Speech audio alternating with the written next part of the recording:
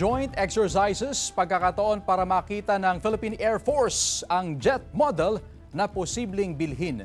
Silipin sa report. Dinig ang alingaw-ngaw ng US at Philippine jets sa pagbubukas ng Cope Thunder 2025 joint military exercises sa Clark Air Base, Pampanga.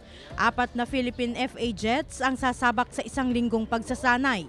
Pero pagkakataon din ito para makita nila ang kakayahan ng 12 F-16 fighter jets na dala ng Amerika. Ito rin kasi ang modelong posibleng bilhin ng Pilipinas sa halagang 5.5 billion pesos. We will validate our tactics, our tactics, techniques, and procedures on how we operate. This is in preparation for a much capable multi-role fighter. We're going to be integrating with the FA-50s here, doing a variety of mission sets, mostly focused on air-to-air basic training, including dogfighting, as well as tactical intercepts of how to safely and efficiently go out and intercept. Proud namang makatulong sa Pilipinas ang ilang US servicemen na may dugong Pinoy na kasama ng US contingent. Napakasarap ng pakiramdam na maisuot ang uniform namin dito sa bansang kinalakihan namin. Mapalakas o mapatibay po natin yung samahan ng US and ng Philippines na naitaguyod na po dating-dati pa.